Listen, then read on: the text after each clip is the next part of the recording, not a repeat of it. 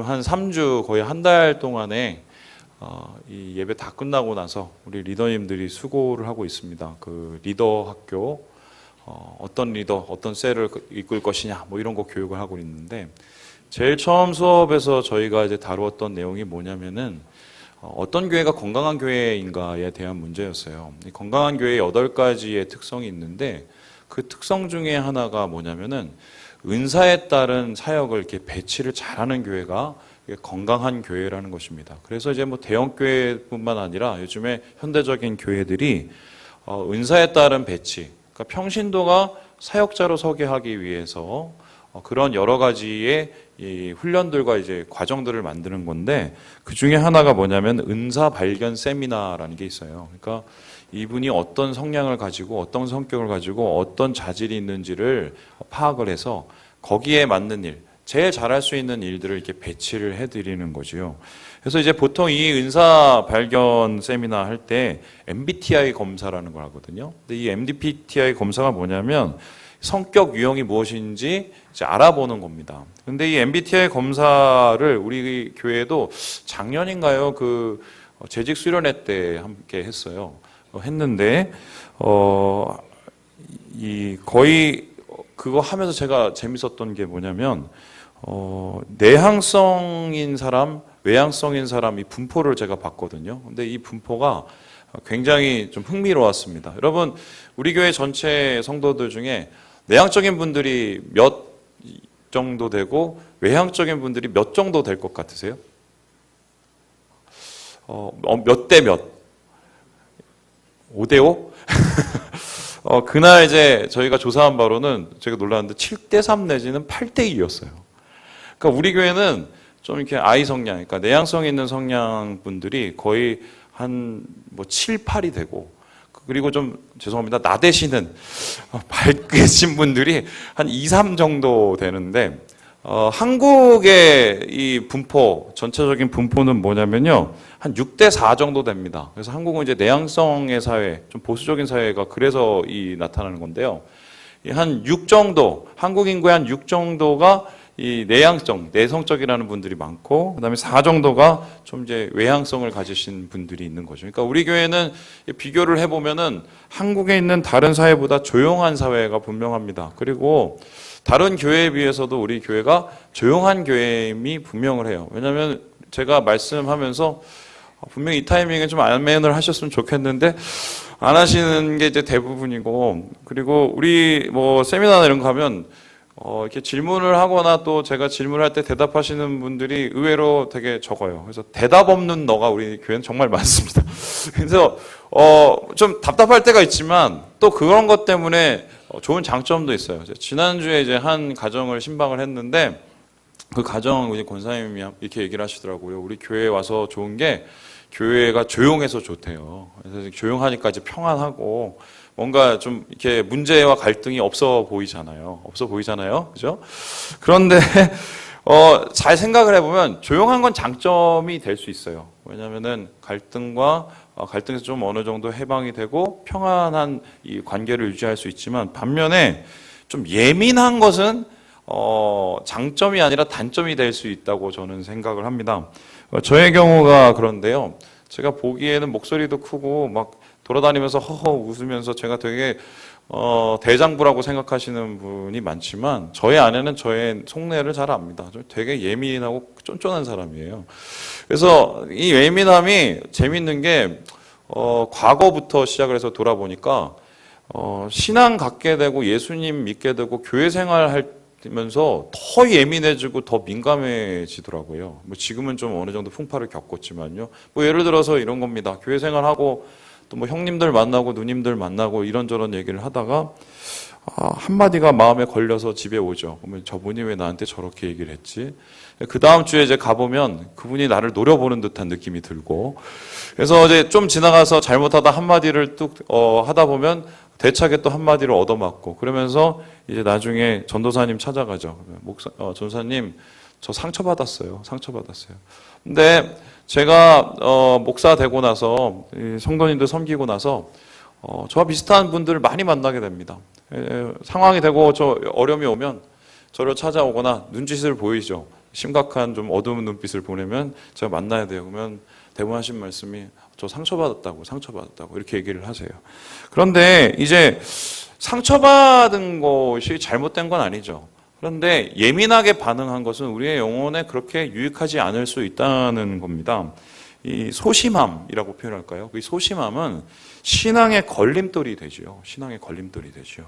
그래서요, 저는 오늘 무슨 얘기를 하려고 그러냐면, 좀 신앙생활 하면서 대범하게 살 수 있는 방법은 없을까? 대범한 크리스찬이 되기 위해서는 어떻게 해야 될까? 뭐 이런 고민을 좀 해봤는데, 먼저 이러한 대범한 신앙과 크리스찬이 되기 위해서 우리가 이해해야 될 세 가지의 것들이 있어요. 첫 번째가 뭐느냐? 우리 같이 한번 전에 거 읽어주세요. 같이 읽어보죠. 시작. 내성적인 것과 소심한 것은 다르다. 내성적인 것과 소심한 게 다르다는 거예요. 여러분 이제 다음 슬라이드를 보시면 이게 국내 CEO들의 성격 보포입니다. 이게 한 2004년인가요? 한 200명 국내 굴지 그 200개 순위에 되는 이 소위 말해서 대기업 그 사장님들 중심으로 설문을 조사를 했는데 이분들이 이제 성격이 어떤가를 이제 봤어요. 성격을 어떻게 봤더니 양성적, 그러니까 한마디로 나는 내향과 외향이 섞여 있다라고 말하시는 분들이 한 45%고, 그다음에 36% 정도가 나는 내성적이다라고 얘기하시는 분이고, 19%가 아니 나는 외향적이다라고 얘기합니다. 그런데 이제 심리학상 보면은 양향적이라는 분이 사실 내성적인 가능성이 되게 높거든요. 그렇게 따지면은 내성적인과 외향적인 것을 두고 봐도 거의 2배가 넘고 양향적인 사람들의 이 숫자까지 고려하면 이 CEO들의 거의 한 60, 70%가 내성적인 분들이라는 거예요. 그런데 여러분 이게 굉장히 의외 아니에요? 어떻게 보면은 앞에서 뭔가를 이끌고 나가고 앞에서 뭔가를 이렇게 막 추진해야 되면은 결단력이 필요하잖아요. 도전해야 되잖아요.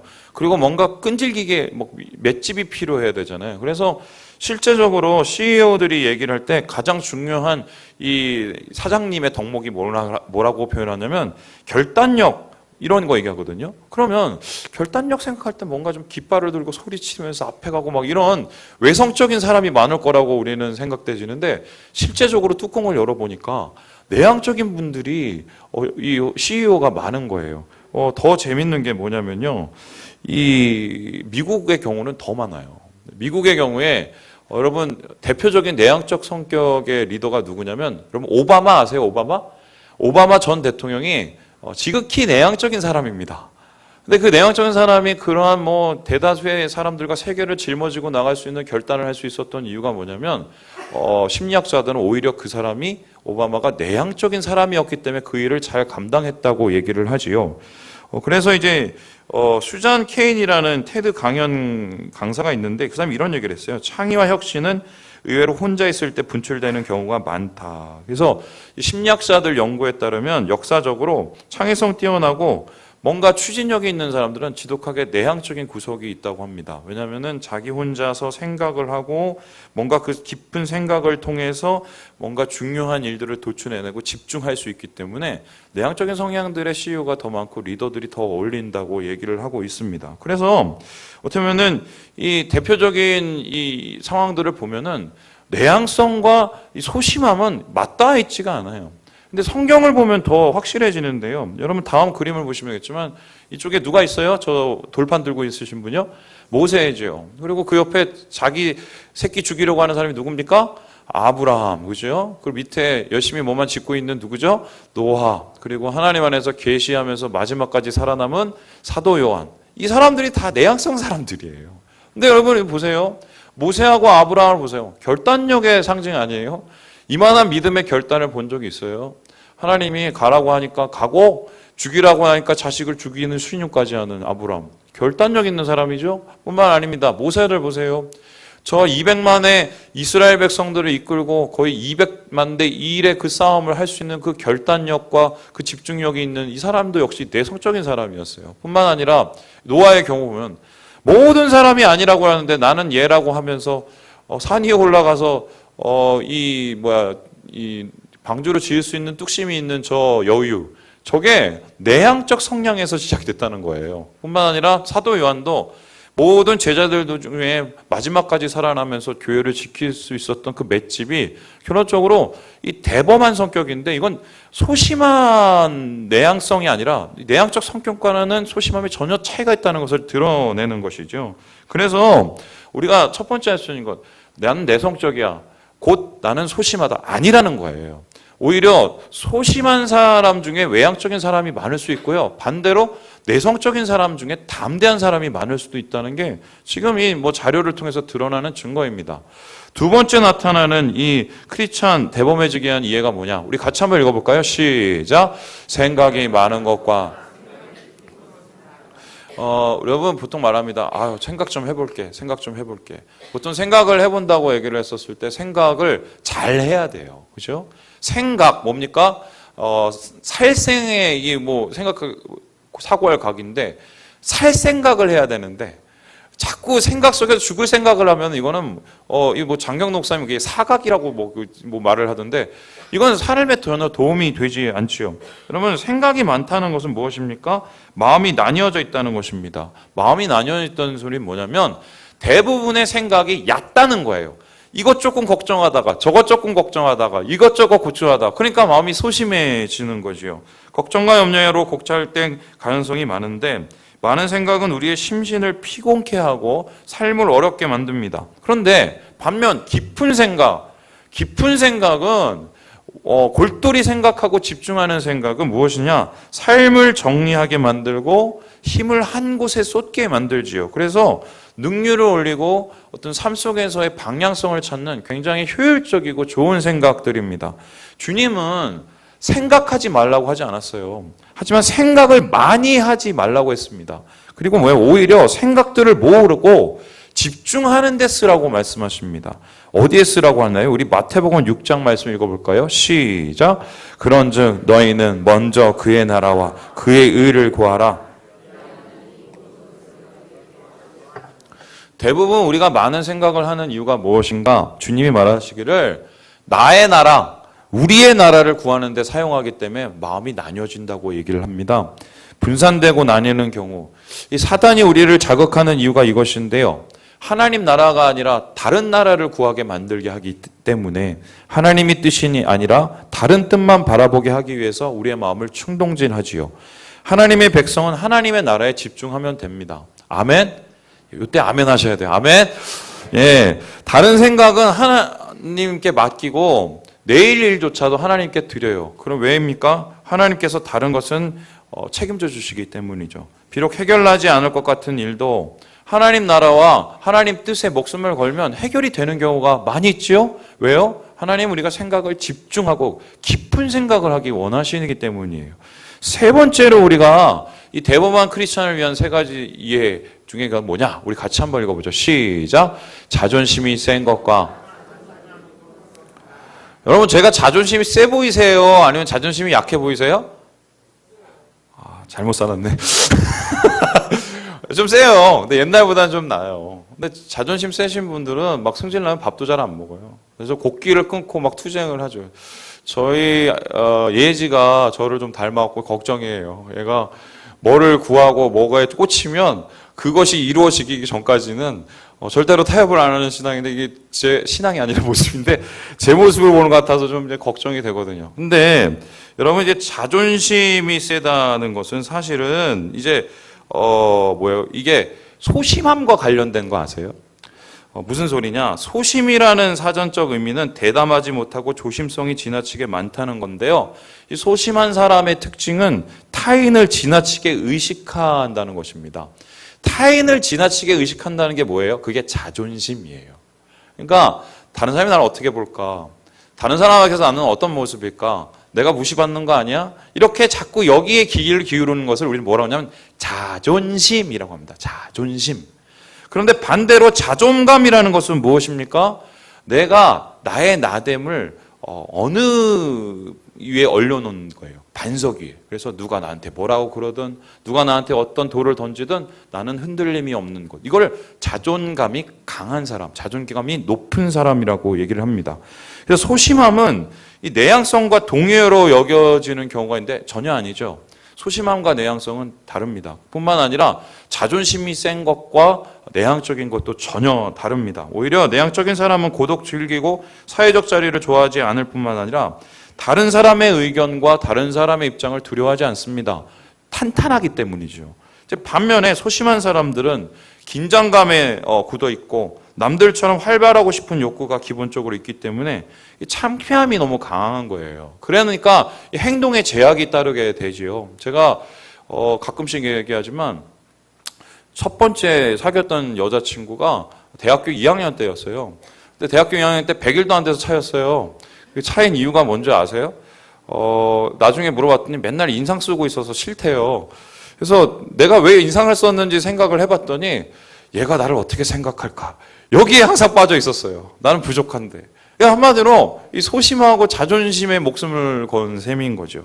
여러분 성경에도 비슷한 사례가 있는데요. 바로 사울과 다윗입니다. 우리 그림 좀 보여주시죠.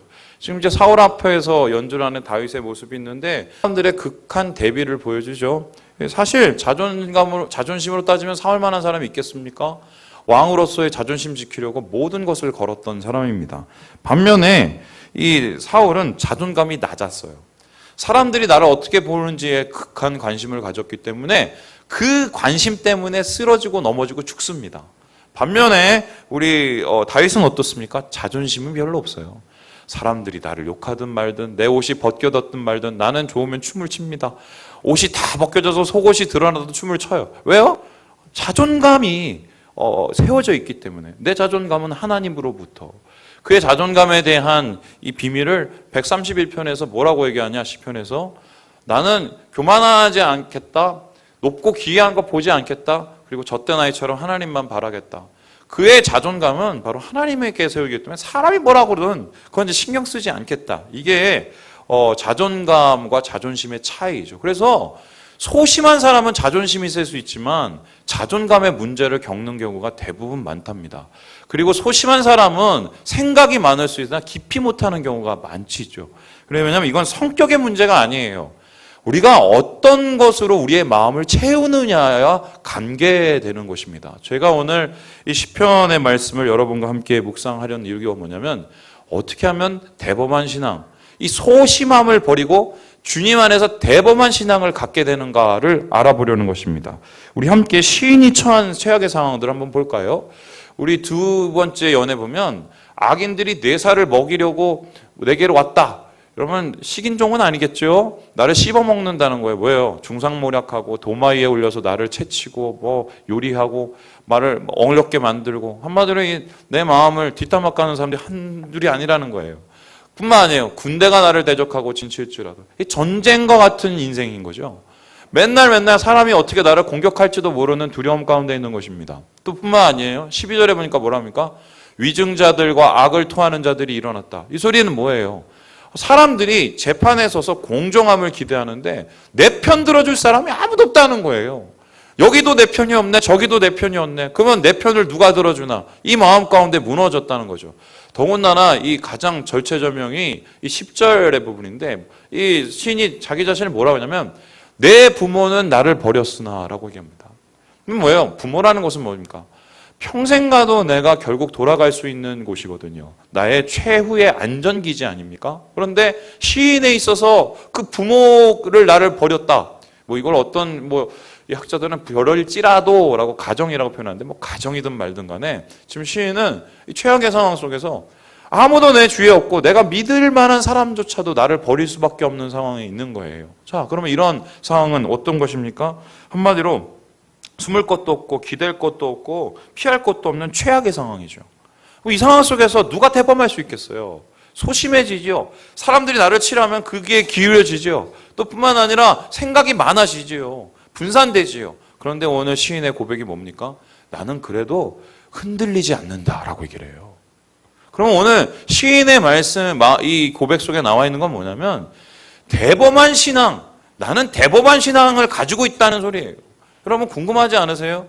왜 시인이 이와 같은 최악의 상황 속에서도 대범한 신앙을 갖고 있는지. 오늘 말씀을 보면 한 3가지 정도로 그 이유를 찾을 수 있습니다. 첫 번째를 같이 읽어보죠. 시작. 예배자는 우선이자 최선이다. 예배가 우선이자 최선이라는 겁니다. 우리 함께 4절의 말씀 읽죠. 시작. 내가 여호와께 바라는 한 가지 일 그것을 구하리니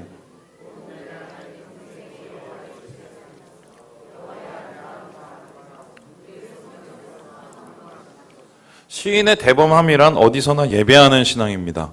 어디 하나 마음 둘 곳 없는 험난한 상황 속에서도 시인이 흔들리지 않은 것은 그의 중심이 예배, 바로 하나님의 성전에 있었기 때문입니다. 여러분, 사단이 제일 무너뜨리려는 게 뭔지 아세요? 예배예요. 예배를 못 드리게 하는 게 사단의 최고의 목표입니다. 왜입니까? 예배는 뭐예요? 하나님하고 만나는 거잖아요. 나는 만나서 하나님 앞에 경배를 올리면 하나님 나에게 은혜를 채워주십니다. 나는 하나님 앞에 중심을 드리면 하나님 내게 생명을 채워주십니다. 이게 예배죠. 하나님과의 교통이자 하나님과의 만남이고 내 영혼이 살아나는 시간이거든요. 그런데 예배의 길이 막혀버리면 살아날 시간이 있어요, 없어요? 없지요. 내가 주님 안에서 누릴 것이 있어요, 없어요? 없어지게 되는 거예요. 그러니까 사단은 일주일에도 몇 번씩 예배 못 드리게 만들려고 합니다. 어떤 사람 때문에, 어떤 일 때문에, 다른 관심 때문에 바빠서 주의 성전으로 나아가는 발걸음을 막습니다. 왜입니까? 예배가 무너지면 모든 것이 무너지기 때문이죠. 이스라엘 백성의 흥망성쇠를 보면 왜 이 사람들이 망했나? 왜 이 사람들이 무너졌나? 결국 이유가 뭔지 아세요? 예루살렘 성전과 굉장히 깊이 관련이 돼 있어요. 무슨 소리냐? 어려움이 있었을 때는 대부분 이 성전을 가까이 하지 않을 때입니다. 오히려 산당과 다른 관심에, 다른 이방신의 관심이 있었을 때 그들은 어떻게 돼요? 망가졌고요. 어려움 당했고요. 비가 내리지 않았고요. 적군 쳐들어왔고요. 심지어는 가나안에서 쫓겨나서 이방 나라로 끌려갑니다. 여러분, 바벨론에서 눈물의 70년 보내면서 그들이 알게 된 게 뭔지 아세요? 내가 회복할 수 있는, 여기서 내가 벗어날 수 있는 유일한 길은 다시 예배의 자리로 돌아가는 것이라는 거예요. 그래서 그 사람들이 뭘 했느냐? 무너진 예루살렘 성전을 향해서 거기 아무것도 없는데 방향만 이렇게 대충 재서 무릎을 하루에 3번씩 꿇었어요. 하나님 앞에 예배를 했죠. 하나님, 내가 지금 비록 묶여 있어서 그곳으로 갈 수 없지만 내 마음을 하나님 앞에 드립니다. 내 마음은 주의 성전 앞에 있습니다. 예배의 마음이 됐더니 어떻게 됩니까? 그들 가운데 해방의 역사가 일어났고 회복의 역사가 일어났습니다. 결국 풀려난 모든 백성들 무엇부터 시작했나요? 예루살렘 와서 성전부터 짓기 시작하죠. 여러분, 이 세상의 예배를 대신할 이유는 없습니다. 사정은 제가 충분히 이해하는데요. 저도 사실 예배 안 드리고 싶을 때가 있을까요? 없을까요? 어떻게 이렇게 잘하셨어? 이런 거는 대답을 잘하셔. 그런데 여러분, 그러니까 더 예배 자리를 사모해야 돼요. 바빠서 사모해야 되고 힘들어서 사모해야 돼요. 왜요? 샘의 근원이 여기 있기 때문에. 에스겔이 환상 보잖아요. 무너진 이스라엘은 어떻게 회복하느냐. 예루살렘 성전으로부터 물길이 트여지고 그 물길이 온 세상을 덮는 강물이 되지 않습니까? 그걸 생명의 강이라고 하죠. 그 생명의 강의 시작이 어디예요? 예배의 자리. 여러분, 우리의 대범함은 예배로부터 시작이 됩니다. 시인은 구했습니다. 하나님, 제가 다른 것 다 안 돼도요, 예배는 제대로 드리게 해주세요. 내 예배 못 드리면 죽어요. 하나님 못 만나면 죽어요. 이런 중심이 있었기 때문에 시인은 대범한 신앙을 가질 수 있다는 거죠. 두 번째로 오늘 찾게 되는 시인이 찾은 대범한 신앙은 무엇인가? 우리 같이 한번 읽어볼까요? 시작! 제일 관심은 하나님뿐이다. 제일 최고의 관심이 뭐다? 하나님이시라는 거예요. 우리 함께 9절의 말씀을 같이 한번 읽어보겠습니다. 시작! 주의 얼굴을 내게서 숨기지 마시고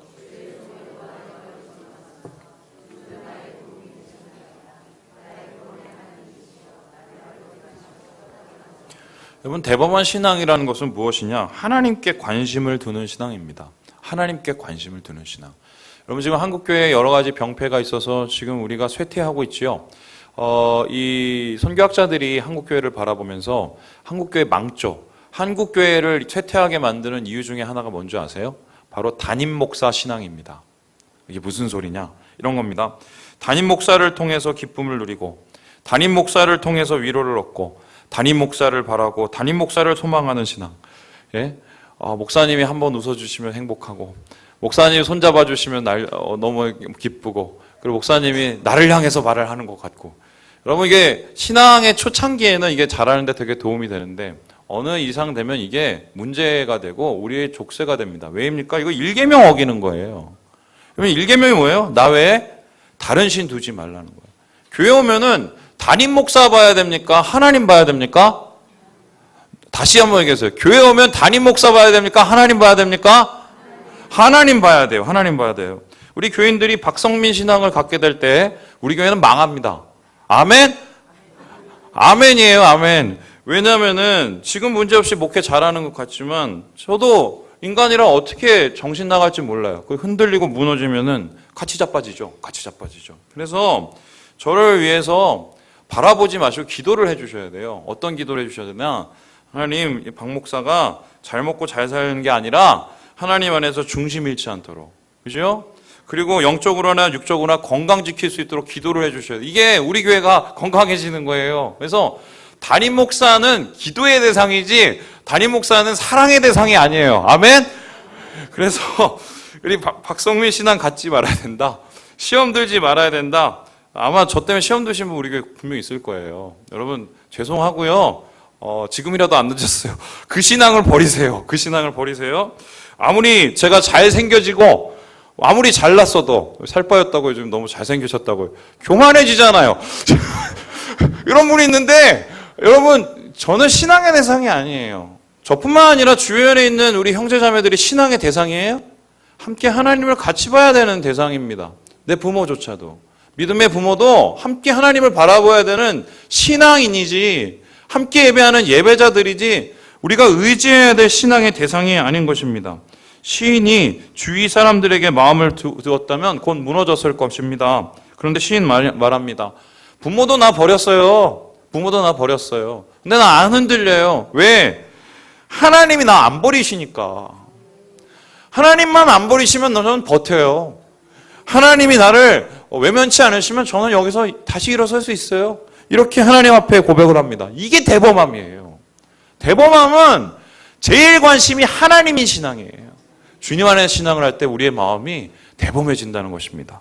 마지막으로 시인이 찾은 대범한 신앙은 무엇인가? 우리 같이 한번 읽어보죠. 시작. 믿음은 기다림을 두려워하지 않는 신앙이라는 거예요. 우리 함께 14절의 말씀을 읽어보지요. 시작. 너는 여호와를 기다릴지어다. 강하고 담대하며 여호와를 기다릴지어다. 여러분 대범함은 하나님께 관심을 두고 뿐만 아니라 하나님을 바라보고 또한 하나님을 예배하는 중심을 두는 신앙임과 동시에 바로 하나님의 뜻을 약속을 믿고 기다리는 것입니다. 그럼 믿음이라는 것은 무엇입니까? 하나님의 약속과 하나님의 성취를 채우는 기다림이에요. 그래서 하박국 선지자가 말합니다. 지금 내 눈앞에는 멸망이 보이지만 주님 나 흔들리지 않겠습니다. 왜요? 하나님이 우리를 버리시지 않고 곧 부흥하게 하실 것을 믿기 때문에.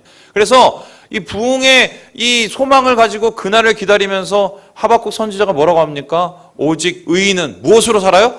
믿음으로 말미암아 산다고 그랬어요. 그가 말하는 믿음은 기다림이었어요. 기다림. 내가 하나님 주의 약속이 성취될 때까지 지금 나를 괴롭히고 나를 무너뜨리는 것이 엄청 많고 내 마음을 낭망시키지만 하나님 나 기다리겠습니다. 나 하나님 약속 믿기 때문에 하나님 마음 알기 때문에 내가 기다리겠다고 표현한 이것이 하박국이 말한 위대한 믿음이라는 것입니다. 출애굽한 이스라엘 백성들 항상 고비 때마다 큰 실수했습니다. 왜 그랬나요? 믿지 못하고 기다리지 못했기 때문입니다. 모세가 십계명 받으러 시내산에 올라갔습니다. 40이 되도록 안 와요. 죽었다! 우리끼리 어떻게 한번 해보자. 송아지 만들었어요. 그리고 나서 어떤 일이 일어났나요? 하나님이 이스라엘 백성을 통째로 다 멸절시키려고 했어요. 그뿐만 아니죠. 1년 죽도록 고생하고 가나안 앞에 갔어요. 문 앞에서 12정탐꾼 보냈어요. 그리고 나서 그 사람들의 소리를 들었어요. 두 사람은 힘든 건 사실이지만 믿음으로 할 수 있다. 10사람은 우리 다 죽었다. 이스라엘 백성들은 누구에게 귀를 기울였습니까? 10사람의 다수의 소리에. 여러분, 믿음은 다수의 소리에 귀를 기울이는 게 아니에요. 다수건 소수건 하나님의 소리에 귀를 기울이는 게 믿음이지요. 우리가 버티고 믿고 신앙하고 기다릴 수 있는 이유는 하나님의 약속과 소리는 변치 않기 때문입니다. 여러분, 그래서 그들은 계획되지 않는 40년의 광야 방황을 하게 됩니다. 이와 같이 비극적 역사를 만든 이유가 무엇입니까? 기다리지 못해서. 여러분, 기다리는 것이 쉬워요? 어려워요? 어렵죠. 그러지만 우리가 그래서 매일매일 하나님 앞에 나아가서 우리의 마음을 쏟아놔야 돼. 그래, 우리 안에 있는 이 막막함과 두려움을 내려놔야 돼. 하나님 앞에 쏟아놔야 돼야 우리가 이 두려움을 이겨내고 기다림으로 승리를 성취할 수 있는 것 아니겠습니까? 믿음에 있어 기다림은 성격의 차이가 아니에요. 저는 내성적이라, 저는 혹은 어렸을 때부터 예민해서, 아니에요. 믿음의 이 기다림은 얼마나 하나님을 아는지, 얼마나 하나님을 경험했는지, 얼마나 하나님을 붙잡고 있는지에 대한 문제라는 것입니다. 시인은 극한 고통에서 괴로워하지만 이 고통 언제 끝날지 모르나 버텨냅니다. 왜입니까? 하나님 나 안 버리니까. 하나님 나 함께 하니까. 하나님 나 붙잡고 있으니까. 내가 붙잡고 있는 한 하나님 나 버리지 않는다는 것을 믿기 때문이죠. 왜 갑자기 목사님이 막 목소리를 높여가면서 이 막 대범한 신앙을 얘기하고 있는가? 사실은 지난 몇 주 동안에 제가 이제 이런저런 일로 이제 성도들 만나고 신방하면서 특이한 일을 발견을 했어요. 이게 진짜 거짓말이면 제가 하나님 앞에 벌을 받아요. 그 상처받으신 분이 요새 엄청 많아요. 아닌 것처럼 저를 쳐다보지 마세요. 많아요. 그래서 이게 몇 주 됐어요. 그래서 제가 찾아가서 얘기를 해보면 진짜 열받을 만해요. 그 속상할 만해요. 이분은 진짜 막 나 같으면 막 승질을 냈겠어. 막 결단을 내고. 근데 참는 게 신기해. 그래서 막 그 마음속에 괴로워하면서 막 이렇게 하시는 거 보면 마음이 안타깝죠. 그래서 이제 제가 새벽에 또 하나님 앞에 저녁에 또 와서 기도하면 이 마음속에 하나님 그 마음 올려드리죠. 하나님 상한 마음 고쳐달라고, 하나님 안에서 은혜 달라고 기도를 합니다. 그런데 좀 이상한 거예요. 왜 요즘 따라 더 이러지? 그래서 이제 저희 이은하 전사님을 하고 이런저런 밥 먹다 얘기했는데, 아니 요즘에 이렇게 그 오리월이 예민한 시기인가? 왜 이러지? 네, 이렇게 여쭤봤더니 전사님도 동일한 얘기를 저한테 하시더라고요. 근데 시간을 따져보니까, 여러분 집에 가서 계산을 해보세요. 한 2, 3주 됐는데요. 이게 우리가 지금 영혼들 놓고 와브라이데이 캄보디아 선교 놓고, 이게 하나님 제일 원하시는 사역들이잖아요. 이거 놓고 기도한 지가 2, 3주 됐어요. 새벽 예배 때. 그러고 나서 이게 지금 초점을 흐려가는 거예요. 초점을. 물론 이유는 다 맞아요. 그리고 속상할 만하세요. 저도 아마 더 화냈을 거예요. 그런데 지금은 제가 볼 땐 대범해져야 되는 시기입니다. 아멘? 대범해져야 돼요. 대범함이라는 것은 하나님 뜻 구하는 거고, 하나님께 더 나아가는 거고, 그리고 하나님이 원하시는 그 방향을 잃지 않는 거거든요. 그래서 우리 교회가 지금은 좀 강해져야겠다. 오늘 이 시인이 나는 하나님 기다린다. 담대하게 버티고 기다린다. 속상할 일 많지만 하나님의 뜻을 기다리겠다고 고백한 것처럼 우리가 담대한 마음으로 생각을 집중하고, 또한 하나님 앞에 우리의 발을 내려 우리의 발을 튼튼히 함으로 나아갈 때가 저는 오늘이라고 저는 생각합니다. 여러분 대범한 신앙의 주인공이 되시길 주님의 이름으로 축원합니다. 우리 옆 형제 우리 자매하고 해보죠. 당신은 대범한 사람입니다. 아멘. 기도하겠습니다.